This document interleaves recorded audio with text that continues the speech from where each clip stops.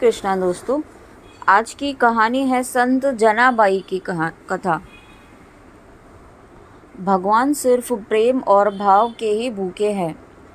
उनके प्रेम में जाति पाति, विद्या बुद्धि, धन ऐश्वर्य, स्त्री पुरुष, पंडित मूर्ख, राजा रंक, ब्राह्मण चांडाल का कोई भेद, कोई महत्व नहीं रखता। भक्त जनाबाई की भक्ति उसी का उदाहरण है, जो महाराष्ट्र के प्रमुख संत श्री नामदेव जी के घर की नौकरानी थी।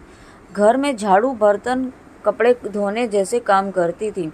नामदेव जी के घर में होने वाली सत्संगति और भगवत चर्चा के प्रभाव से उनमें भी भगवत भक्ति उदित हो गई और वो भी भगवान विठलनाथ जी का निरंतर स्मरण करने लगी। एक दिन एकादशी के रात्रि नामदेव जी के घर में होने वाली सत्संगति और भगवत चर्चा के प्रभाव से उसमें भी भगवत भक्ति उदित हो गई और वो भी भगवान विठलनाथ का मंदिर निरंतर स्मरण करने लगी। एक दिन एकादशी की रात्रि जागरण में रात भर झूमते रहने पर अगले दिन सुबह घर जाने पर उसकी आंख लग गई, जो देर से खुलने पर उसे नामदेव जी के घर में काम में देरी होने का आभास हुआ। जल्दी से उठकर वह काम करने के लिए उनके घर पर पहुंची और जल्दी जल्दी काम करने लगी। इसी बीच कपड़े धोने के लिए जब जनाबाई चंद्रभागा नदी किनारे पहुंची तो कोई काम याद आने पर वह कपड़े छोड़ वापस घर की तरफ दौड़ने लगी।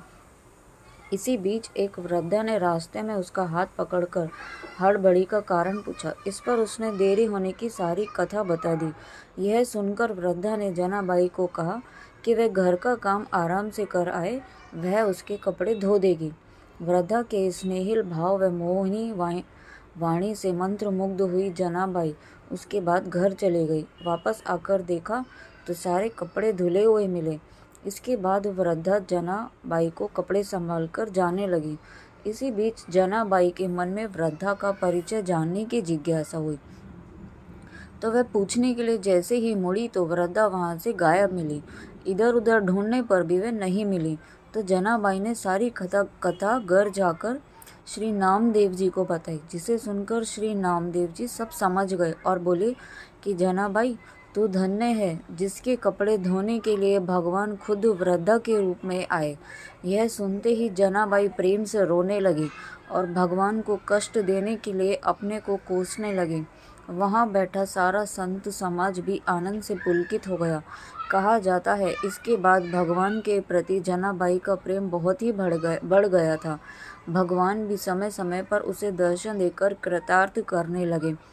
जनाबाई घर का काम करते हुए अभंग गाया करती थी, जो गाते गाते जब वह भाव विभोर होकर सुध बुध भूल जाती तो खुद भगवान उसके बदले कभी चक्की से आटा पीसते तो कभी कपड़े धोने व झाड़ू पोछे का काम कर देते थे। महाराष्ट्र कवियों ने जनी संगे दलील यानी जना के साथ चक्की पीसते थे ऐसे गाया है।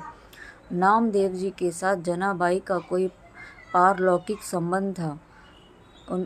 1407 में नामदेव जी ने समाधि ली। उसी दिन कीर्तन करती हुई जनाबाई भी विठ्ठल भगवान में विलीन हो गई। जय श्री कृष्ण।